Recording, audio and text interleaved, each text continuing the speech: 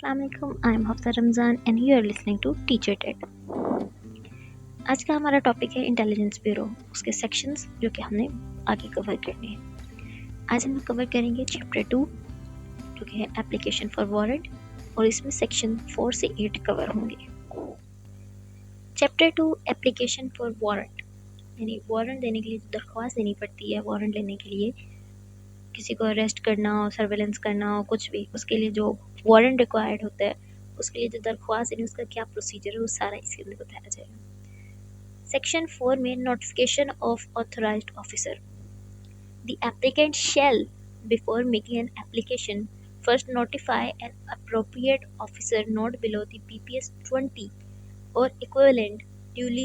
authorized by him to represent the said application for making an application under this act। कहते कि applicant, यहाँ पे applicant का मतलब है डीजी जो है आईबी का या किसी का भी, क्योंकि हम आईबी के लिए कर रहे हैं फ़िलहाल, तो डीजी आईबी जो है इंटेलिजेंस ब्यूरो का जो आईबी है,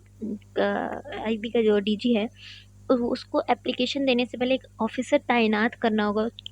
इस उस केस के ऊपर, जो कि उस एप्लीकेशन को रिप्रेजेंट करेगा और लेकर चलेगा उस एक्ट के तहत। उस ऑफिसर का स्केल जो है ना BPS 20 से बिलो नहीं होना चाहिए। सेक्शन 5 है हमारे पास फिर रिकॉर्ड ऑफ सस्पिशियस कंडक्ट।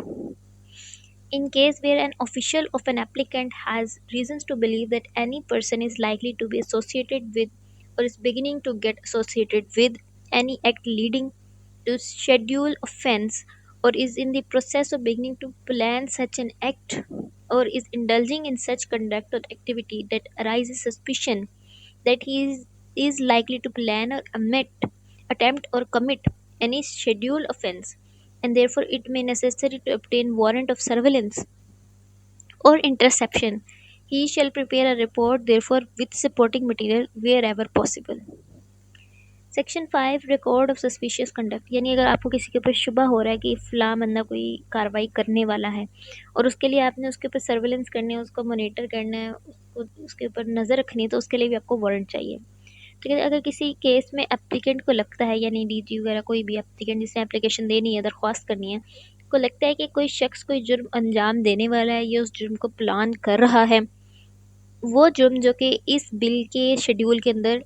वो ऑफेंसेस जो इस बिल के शेड्यूल के अंदर दिए गए हैं और उनके पर कानून साजी का हक है, तो कहते या फिर किसी की या उस जुर्म को प्लान कर रहा है या फिर किसी की मदद कर रहा है जुर्म करने में, तो इस शुबा की बुनियाद पर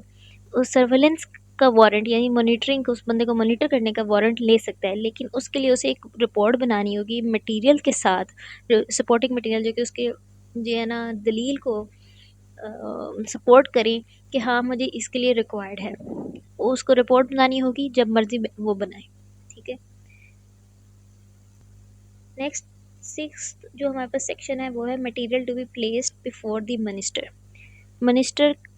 के सामने जो मटेरियल रखना है वारंट जारी करने के लिए, जो एप्लीकेशन के लिए सिग्नेचर चाहिए होंगे, वो मिनिस्टर करता है। यहाँ पे मिनिस्टर कौन सा है? Minister of the interior, for the interior. ठीक है, तो क्या वहाँ उसके सामने जो मटेरियल प्लेस करना है ताकि वो वारंट के लिए से साइन कर दे और इजाज़तनामा दे दे, तो कहते हैं कि an official of the applicant who has prepared the report under section 5 shall present the same through the head of the department of the minister for permission to make an application to the judge for issuance of warrant of surveillance or interception। कहते applicant का कोई official, जिससे यानी जो authorised officer होगा, जिसको जो है ना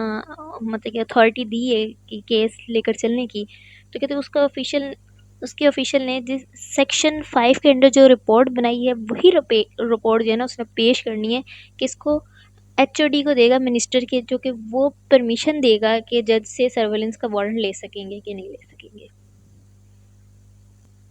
सेक्शन 7 है action by the minister on the material presented to him. अब मिनिस्टर ने जब उसको सामने वो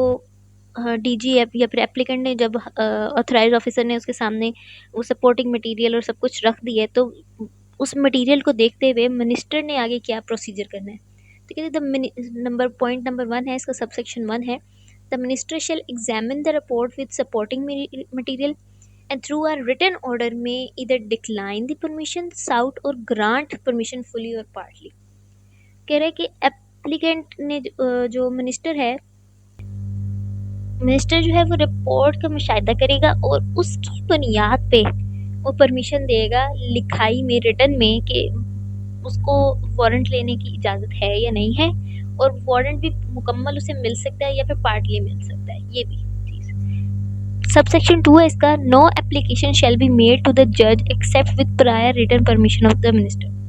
जज को कोई भी एप्लीकेशन नहीं दी जा सकती जब तक कि मिनिस्टर की पहले से परमिशन ना मिले। मिनिस्टर की परमिशन के बगैर आप कोई वारंट जारी नहीं करवा सकते।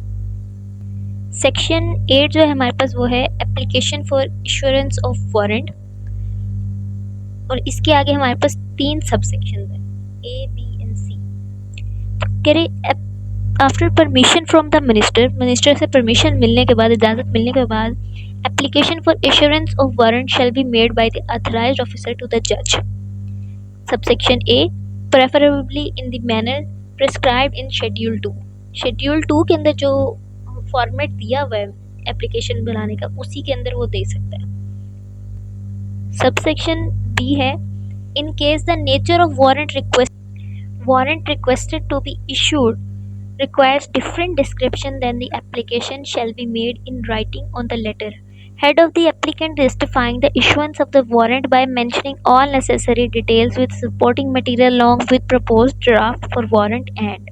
कह रही कि अगर शेड्यूल में किसी ने वारंट चाहिए एप्लीकेंट को, ठीक है ना, लेकिन वो शेड्यूल के अंदर नहीं दिया गया, उसका यानी फॉर्मेट नहीं दिया गया, तो फिर ऐसे फॉर्मेट के लिए उसे एप्लीकेशन लिखनी पड़ेगी, उसके अंदर उसे रिक्वायर्ड जीएनए सपोर्टिंग मटेरियल साथ में लगाना पड़ेगा कि मुझे इस जीएनए नेचर का वारंट चाहिए, और जो कि शेड्यूल के अंदर नहीं दिया गया, तो फिर उसके हिसाब से, उस रिक्वायरमेंट्स के हिसाब से फिर उसको वो वारंट दिया जाएगा। सब सेक्शन सी है, the application for the assurance of warrant shall be accompanied by. अब इसके भी मजीद आगे सेक्शंस हैं 1 और 2। सेक्शन 1 है इसका, a signed statement and affidavit of the authorized officer that the contents of the report and application are true and correct to the best of his information, knowledge and belief, and that the warrant shall be used only and exclusively for preventing or lawfully investigating a scheduled offence or to collect evidence in respect therefore, and the same shall neither be misused in any manner nor shall the approval of the warrant be abused to interfere or intervene in the privacy of any person। कहते कि एक sign statement और affidavit, जो अथराइज्ड officer जो कि warrant ले रहा होगा, उसका एक साइन स्टेटमेंट और एफिडेविट होना ज़रूरी है, जिसमें वो ये बोलेगा कि इसके अंदर जितने भी स्टेटमेंट्स वगैरह दी गई, इन्फॉर्मेशन दी गई है, वो उसकी बेस्ट ऑफ नॉलेज के हिसाब से है और वो सच है, उसमें उसका अपना कोई ज़ाती जीना फ़ायदा नहीं है, ये सब चीज़ें, ठीक है ना। और ये सिर्फ इसलिए लिया जा रहा है ताकि वो लॉफुली इन्वेस्टिगेशन कर सके उन ऑफेंसेस के खिलाफ जो इस बिल में दिए गए हैं, ना कि मिसयूज़ किए जाने के लिए वो इस्तेमाल कर रहे हैं कि वो अप्रूवल वारंट का, ताकि वो अब्यूज़ कर सके किसी बंदे को, ना ही किसी की जो है ना प्राइवेसी के अंदर दखल अंदाजी। वो सिर्फ वारंट इसलिए ले रहा है ताकि जुर्म को पेश आने से रोक सके, ठीक है।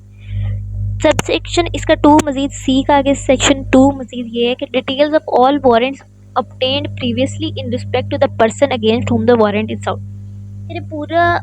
पुराने तमाम वारंट भी जो उस मशकूक शख्स के लिए जिसके लिए वारंट लिया जा रहा है, उसके लिए जो पुराने तमाम वारंट भी जो लिए गए हैं ना, वो भी उसके साथ पेश करने होंगे।